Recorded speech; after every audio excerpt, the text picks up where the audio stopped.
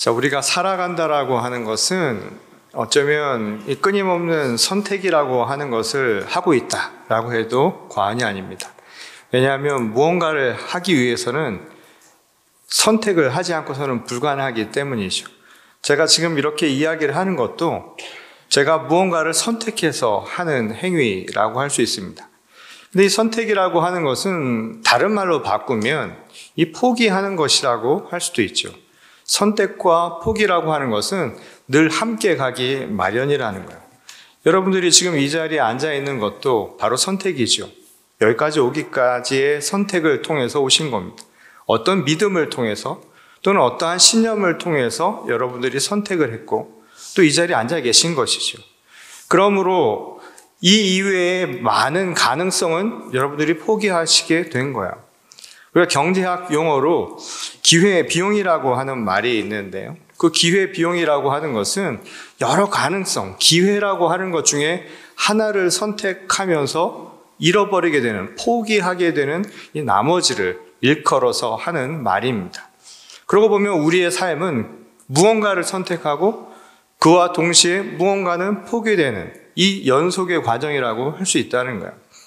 사람의 관계도 그렇죠. 부부 관계도 그렇습니다.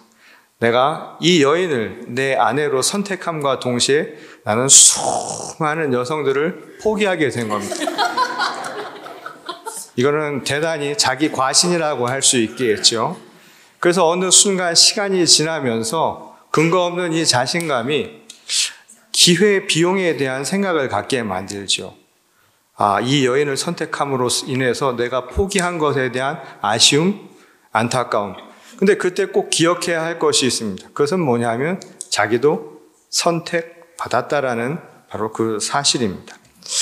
이렇게 우리는 끊임없이 기회라고 하는 것을 선택하고 또 그것을 통해서 한편으로는 잃어버리는 포기를 동시에 반복하면서 살고 있는데 당장 이런 과정을 겪고 있는 사람들이라면 합리적인 이런 질문을 할 수 있을 겁니다. 이 첫 번째는 뭐냐면 어떤 것이 그럼 더 나은 선택인가 하는 것이죠. 그것은 잃어버린 것, 포기된 것, 기회 비용을 어떻게 줄일 것인가에 관한 질문이라고 할 수 있을 겁니다. 두 번째는 선택과 포기라고 하는 것의 그 기준이 무엇이냐?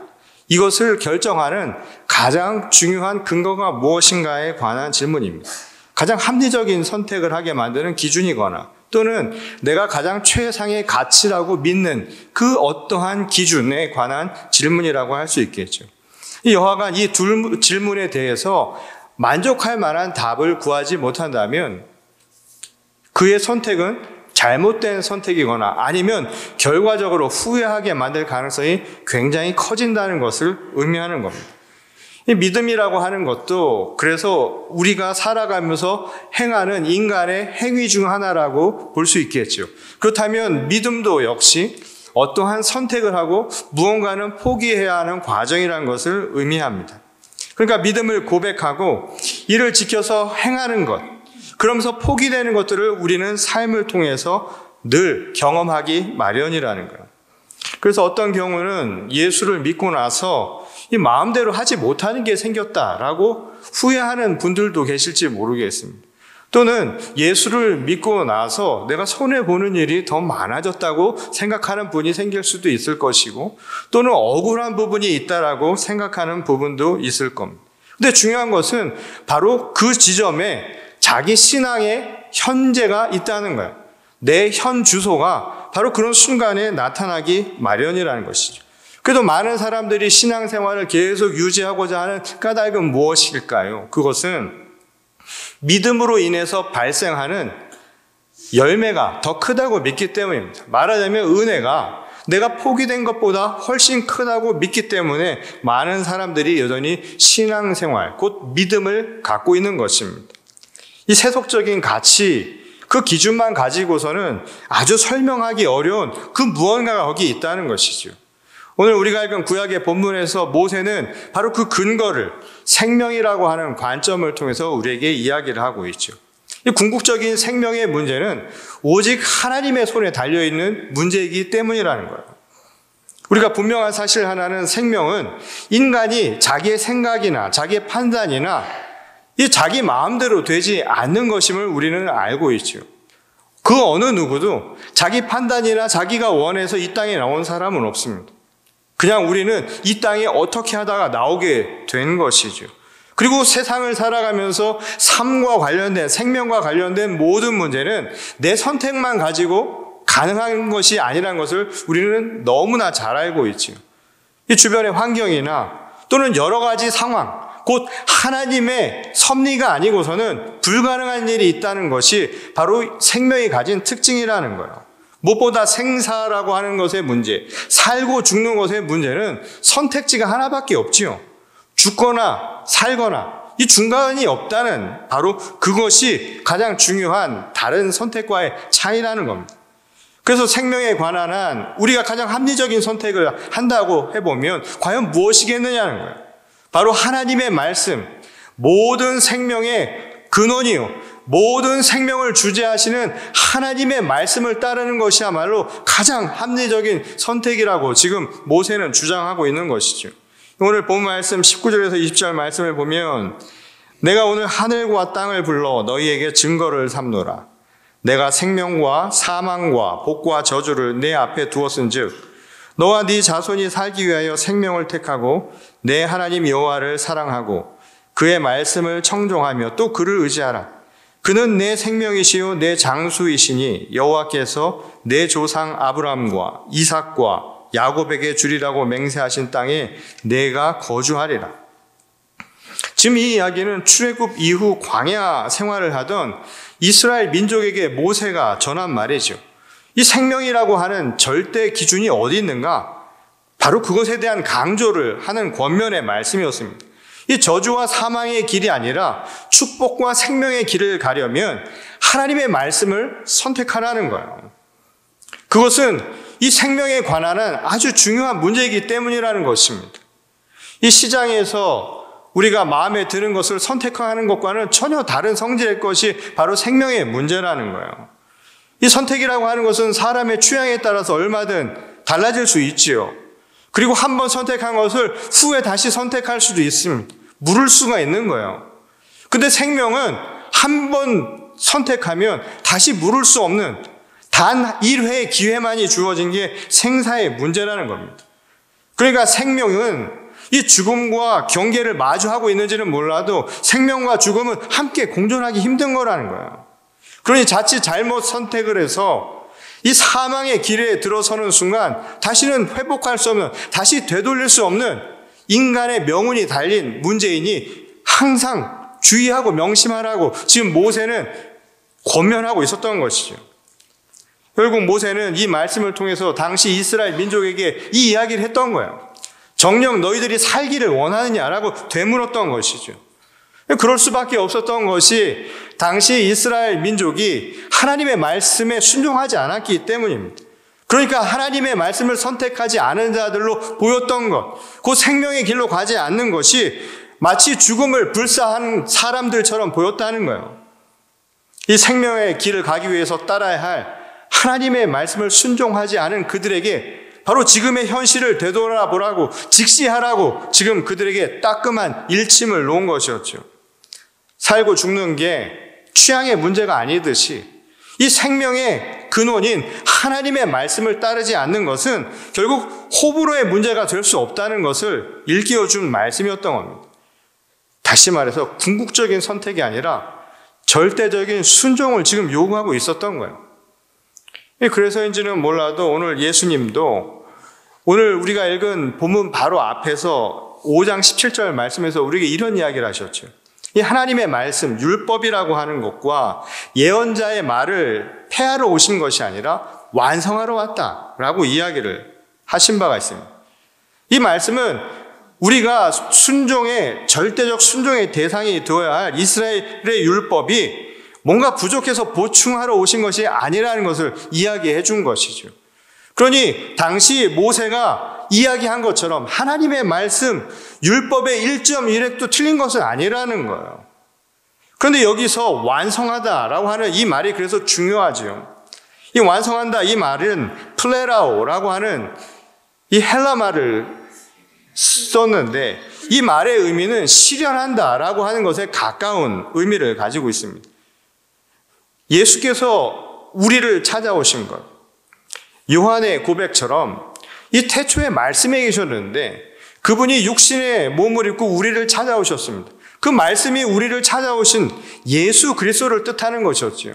근데 그 말의 의미가 결국은 뭐냐면 말씀이 우리 가운데 플레라오 되었다는 거예요. 실현된 거죠. 실현됐다는 말을 다른 말로 풀어서 이야기하면 현실화됐다는 거예요. 우리 눈에 보이는, 우리가 만질 수 있는 구체적인 형태로 나타났다 이 말인 거예요. 곧 하나님의 말씀인 예수 그리스도가 우리를 찾아오신 것은 결국 플레라오가 우리에게 나타난 모습이라는 것을 뜻하는 내용이라는 겁니다. 그러니까 지금 예수께서 하신 말씀도 모세가 이야기했던 그 율법이 뭐가 문제라는 게 아니라는 거예요. 그것을 삶 속에 실현하는 것, 플레라오가 안 됐다라는 것을 지금 지적하고 계셨던 것이죠.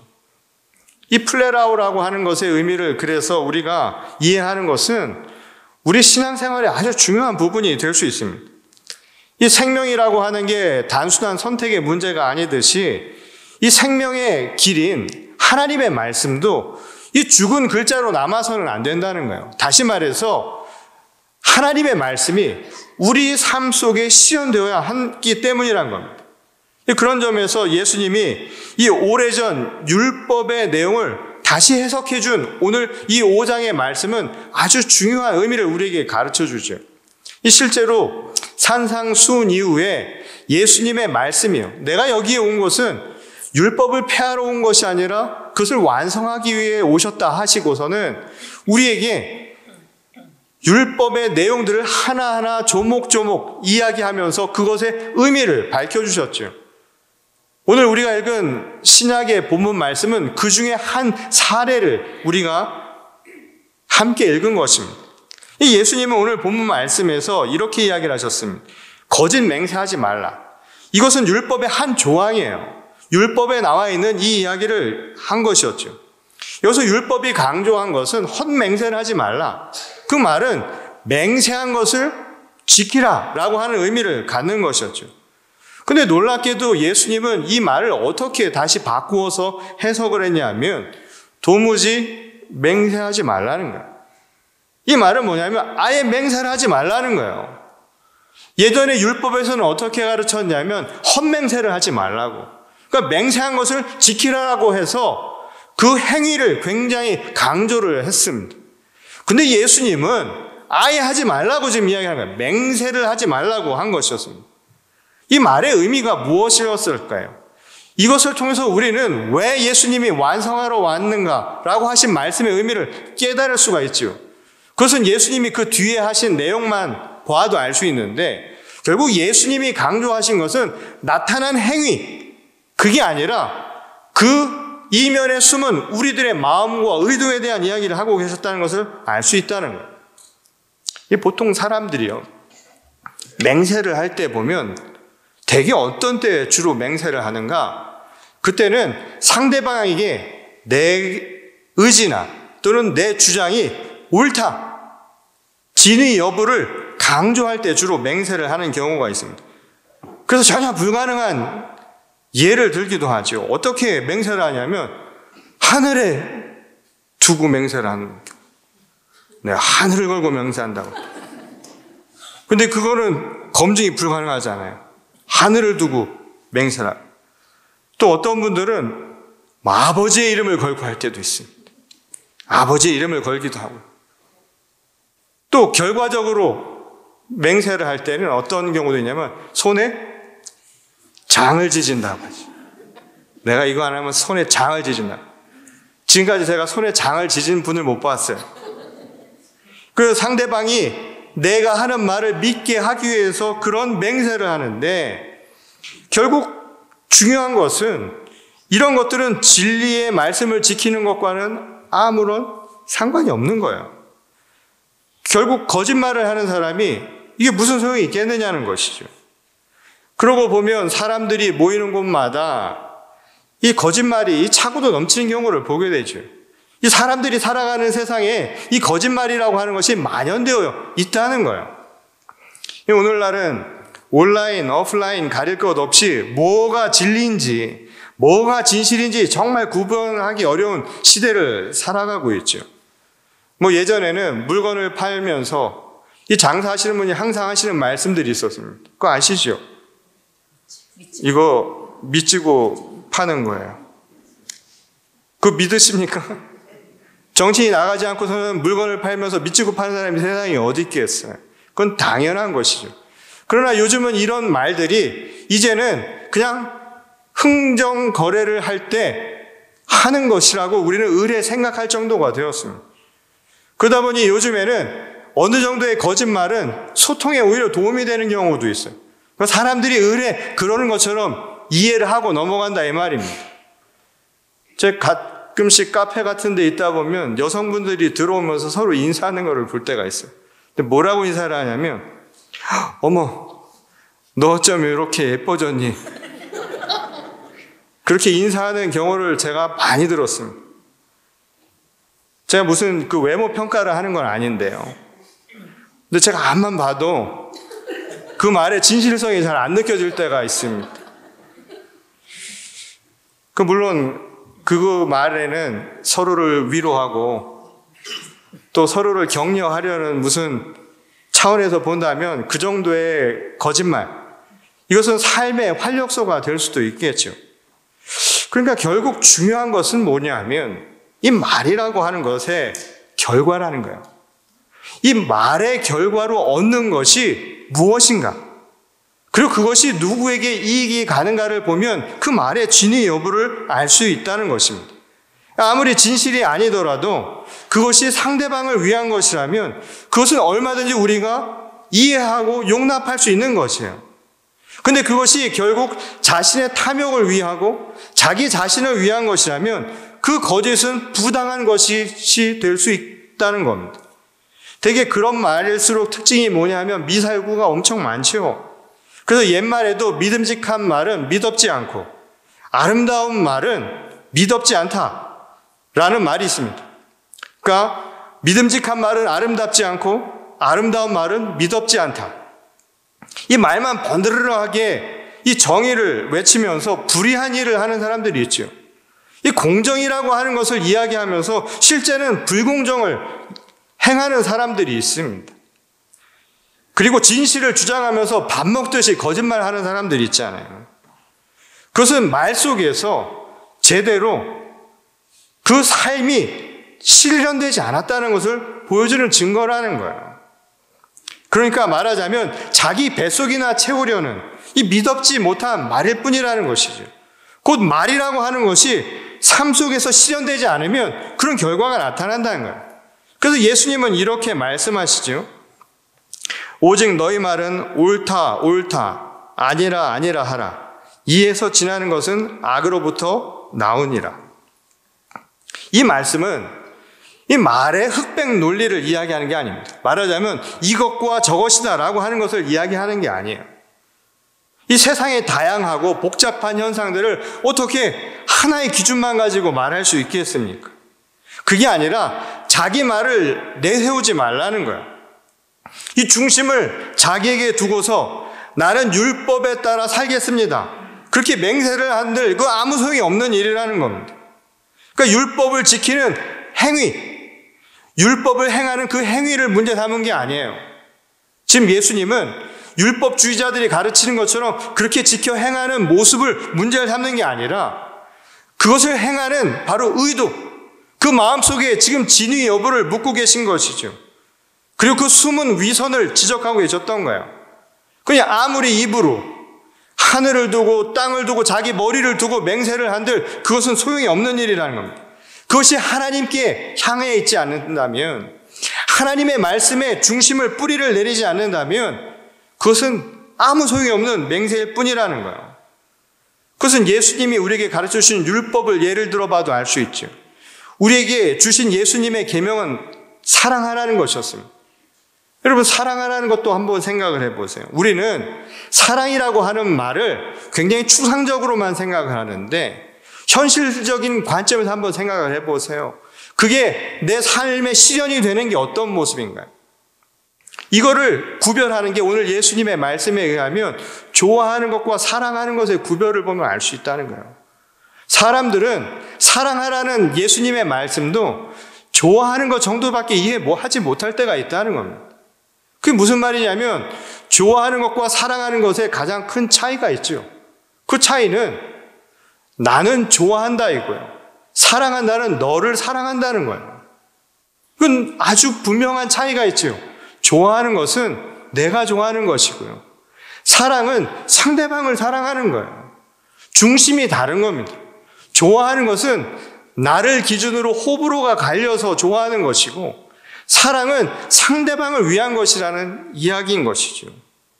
이것이 바로 예수님의 말씀의 핵심이었다는 거예요. 믿음으로 사는 신앙도 마찬가지라는 겁니다. 그래서 예수님은 우리가 헛된 맹세 이전에 하나님의 주권, 내 지금 중심이 어디에 있는가, 바로 그것을 보라고 가르쳐 주신 것이죠. 그래서 하나님의 말씀에 예 하면 예라고 얘기하고 아니라고 하면 아니라고 말할 수 있는 바로 그 믿음을 가지라는 거예요. 그것이 바로 하나님의 말씀을 실현하는 길이라고 가르쳐 주신 것입니다. 여전히 신앙생활을 오래 하면서도 아직 제대로 예수를 못 만난 분들이 굉장히 많습니다. 그리고 어떤 분들은 체험을 좀 했으면 좋겠다고 해요. 체험. 예수 믿은 체험을 했다고요. 그 체험을 주로 사람들이 어떻게 생각하냐면 이 감각적으로 이야기를 하는 경우가 많아요.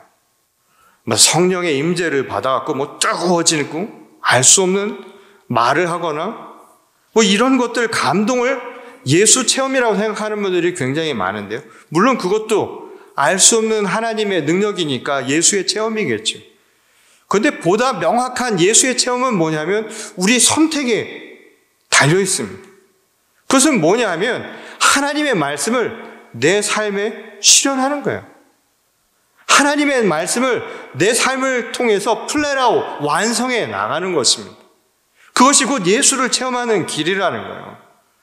예수의 눈으로 세상을 보는 겁니다. 예수의 귀로 세상의 소리를 듣는 거예요. 예수의 손과 발이 되어서 살아보는 거예요. 그게 곧 예수를 체험하는 것 아니겠습니까? 그것이 곧 예수님이 말씀하신 플레라오, 하나님의 말씀을 완성하는 길이라는 거예요. 예수님도 하나님의 말씀을 삶을 통해서 완성해 주신 것처럼 오늘 우리도 예수를 체험하는 길은 다른 것이 아니라 예수의 말씀을, 예수의 가르침을 우리 삶을 통해 실현하는 것이라는 말씀이라는 거예요. 그래서 예수의 입으로 말을 하고요. 예수님의 가슴으로 사람들을 대하는 거예요. 그렇지 않으면 성경을 아무리 많이 읽어도요, 그 소용이 없는 일이라는 거예요. 아무리 기도를 많이 해도 우리는 예수 체험을 할 수 없다는 겁니다. 지금 우리에게 가장 필요한 그래서 선택이 뭐겠냐는 거예요. 우리 생명을 두고 선택해야 할 그 기준에 대한 그리고 그것을 완성하는 길이 무엇인가를 오늘 주님은 가르쳐 주시죠. 그것은 바로 예수의 말씀을 내가 삶을 통해서 실현해내는 겁니다. 그것이 곧 살아있는 하나님의 말씀이 완성되는 길이라는 거예요. 2000년 전 죽은 율법의 글자에 머무는 것이 아니라 오늘 우리들의 삶을 통해서 완성이 되어야 한다는 겁니다. 그런 의미에서 오늘 우리 교회와 우리 성도님들이 예수님을 체험할 수 있는 놀라운 경험을 해보시기를 소원합니다. 여러분, 예수를 우리 삶에 완성을 하는 겁니다. 이 지난주 우리가 살고 있는 이 지구촌에서 엄청난 대재앙이 일어났죠. 현재 알려진 것만 2만 4천여 명이 사망한 것으로 알려져 있고 실종자가 통계적으로는 8만 명이라고 하지만 알려지지 않은 수를 감안하면 20만 명에 이를 것이라고 하는 이야기도 있습니다. 엄청난 재앙이 우리 가운데 일어난 것이죠. 오늘 우리가 알 수 없는, 우리에게는 피부로 와닿지 않는 일일 수 있을지 모르지만 오늘 예수로 산다라는 게 과연 무엇일까요? 예수님의 마음으로 그들을 생각하며 그들의 아픔을 아파하고 그들의 소식에 귀를 기울이면서 우리가 그들을 위해서 무언가 해줄 수 있을 것인가, 또 오늘 우리들의 삶을 되돌아볼 수 있는 길이 무엇인가를 되돌아볼 수 있는 이 신앙인의 모습을 다시 한번 회복할 수 있기를 소원합니다. 그것이 바로 오늘 말씀을 실현하며 하나님의 말씀을 완성해서 살아가는 진정한 교회와 그리스도인의 모습이라 생각합니다. 바라기는 오늘 우리 교회와 우리 모든 성도님들이 예수를 체험하고 예수의 삶을 우리들의 삶을 통해서 완성해 나갈 수 있기를 주님의 이름으로 간절히 축원합니다. 우리 다 같이 기도하겠습니다. 우리를 지극히 사랑하시는 아버지 하나님, 오늘 우리에게 주시는 말씀을 다시 한번 깊이 묵상하며 우리 삶을 통하여 완성해 나가기를 소원합니다. 예수를 닮아서 예수의 말을 하고 예수님의 발자취를 따라서 예수님의 길을 걸어갈 수 있는 신실한 그리스도의 교회와 성도들이 되게 하여 주시옵소서. 무엇보다 서로를 바라보면서도 나를 중심으로 보는 것이 아니라 하나님 중심으로 바라볼 수 있는 이 믿음의 시선이 우리에게 나타나게 하시고, 또한 그것을 완성하기 위해 진짜 사랑하고 또한 진짜 그들을 섬길 수 있는 우리들의 삶의 변화가 나타날 수 있도록 주께서 역사하여 주시기를 간절히 소원하오며 사랑이신 우리 주 예수 그리스도의 이름으로 감사하며 기도드렸습니다. 아멘.